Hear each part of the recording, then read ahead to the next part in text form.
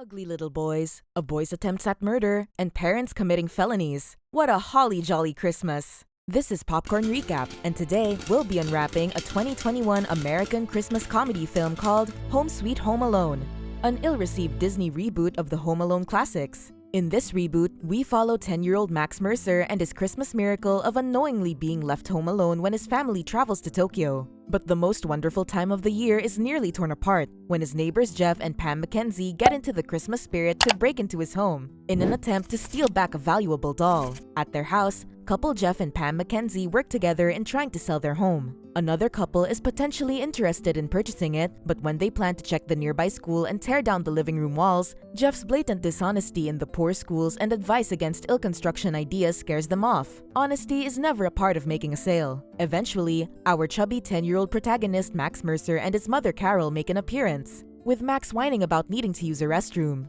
Carol decides to drop by the open house, pretending to be interested in buying it, so Max can use the restroom there. After trying out their toilet, Max briefly chats with house owner Jeff and frowns when he's not given a soda. He makes less than polite remarks about Jeff, saying he looks like Frankenstein and says, "Little boy doesn't want to share his dolls?" When Jeff explains the box of dolls he unearthed is delicate and once belonged to his late mother. What a sweetheart! Carol drops by and apologizes for her pudgy tyrant's behavior. When she admires the dolls Jeff had taken out, she picks one up with an upside-down head, not disturbing at all, and explains the doll's rarity and their high value, which surprises him. He jokes he didn't get such good prices when he sold off his children. Carol and Max look at him awkwardly due to his child-selling jokes. Max's politeness continues on. He calls his mother by her full name and complains about returning home with his numerous cousins. Carol then retaliates by taking away his McDonald's coming home, much to Jeff's delight. "I'm loving it." Jeff pops a soda in front of him and swaggers off. When Carol walks away and calls for him to go to the car, Max stands there, glancing down at the dolls. Back at Mackenzie's house, their real estate agent Gavin informs them they will most likely not have any buyers until after the holidays. Pam asks about one man who seemed interested after looking into her underwear drawer. A completely family-friendly and Disney thing to say. When they hear their kids arrive outside, Jeff and Pam panic and explain to Gavin they have not yet told the children their decision to sell their house. Sounds like a smart thing to do, not even informing the kids who happen to live in that same house. They panic and make up the lie that Gavin is Jeff's personal trainer. When he exits the house, he rolls with their lie, saying how he can't wait to see Jeff's butt.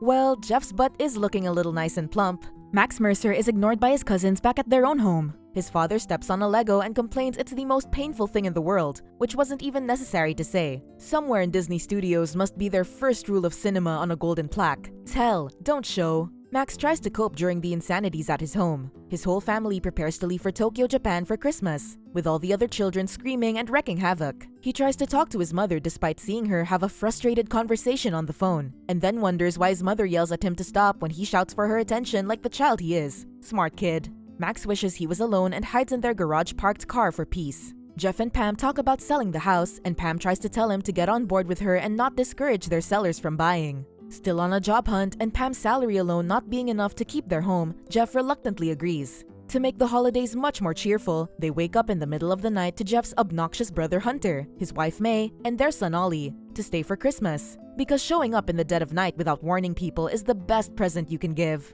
Giving up their bedrooms to their uninvited and unwanted guests, Jeff and his wife are forced to sleep on the couch. He checks the dolls just to see if Carol was right about their value, and he's shocked to see the upside-down doll is worth over $200,000. He hurriedly checks the dolls, but sees it's gone missing. He blames Max for its disappearance, believing him to be the thief. And Disney stupidly continues their tell-not-show game by having Jeff talk out loud to himself. The next day, Jeff somehow tracks the Mercer house nearby, where the family is in a rush to leave. He tries to ask where Carol and Max are, but due to the insane flights, the family believe them to have already flown before them. The family moronically yells their security code while outside their house in front of strangers and hides their house key in a crappy spot, with Jeff seeing everything. He gazes in the window and believes he sees the doll inside the pocket of Max's jacket draped in the living room. He nearly goes inside the house right then and there, but panics at the last minute and runs off to tell Pam. Meanwhile, Max realizes the Mercer family has left. He has fun at first, devouring candy and going through other people's things. But as always, he eventually starts to grow bored of the mischief and misses them. Pam originally rebuffs Jeff's notion of going inside the Mercer's home due to it being a felony. She and the family spend time together for Christmas, with a poor attempt at humor with Hunter saying reboots will never be as good as the remake.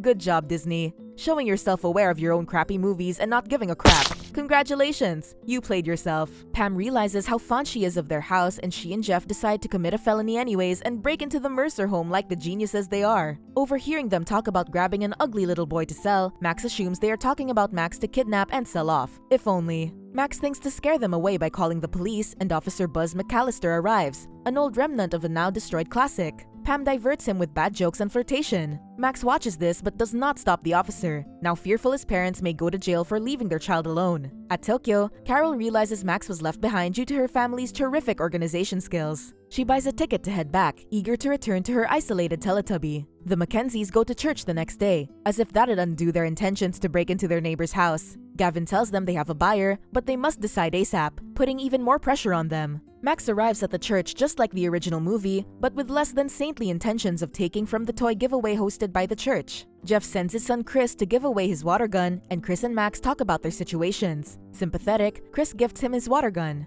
The couple see Max talking with the lady at church and assume she is his grandmother. They leave to break into the house once again while Max and his grandmother are still at church, during Jesus' birthday too. Sneaking around the back of the house and clawing up the wall like morons, Jeff and Pam end up in the neighbor's backyard instead. How one messes up that badly? Who knows? Max overhears them whining about their plans out loud like the brilliant thieves they are, with Jeff planning to dress as Santa to trick Max. Max Mercer undergoes his transformation to Matthew Mercer and begins a master plan, and booby-traps the home in preparation of the break-in. Of course, he tries to cheat first by googling traps, but fails when the parent restriction stops at the word booby. Sad noises. Jeff and Pam anxiously go through their holiday routine with their family, but they're eager to commit their planned-out crime. They hurriedly leave as soon as the family sleep for Christmas, already dressed for their midnight ordeal. They inevitably fall into Max's traps, some of them being cookies and milk filled with hot sauce, Lego, falling icicles, flying paint buckets, and guns automatically triggered to fire darts. The couple at first try to talk to him, but Max is less than thrilled to talk with a demented couple he believes will kidnap him.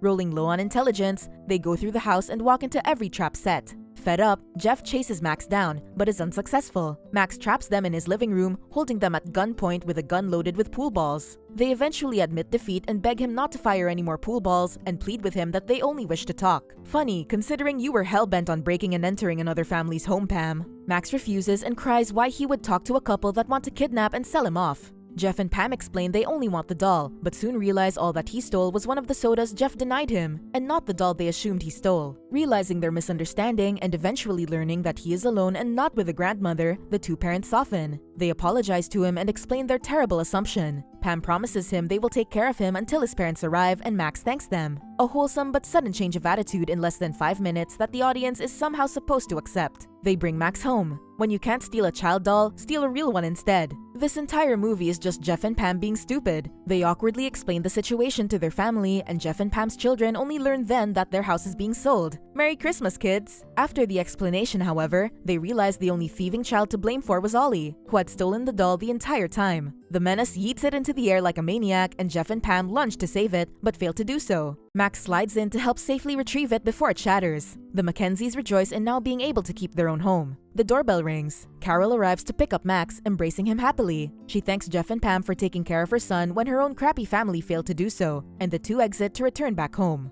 However, being such good neighbors, the Mackenzies never explained their breaking and entering that triggered Max's creation of his death maze, and Carol opens the door in horror when she sees the destruction inside. Max stammers to explain. 1 year later, the Mercers and Mackenzies celebrate Christmas together. The doll has helped the Mackenzies keep their home, and Jeff has gotten a new job. Max asks if he can have some of the same soda he stole previously, and they laugh, and Jeff willingly provides it to Max. Home sweet home. Yeah, I'm not sure any reboot will ever beat the original Home Alone movies.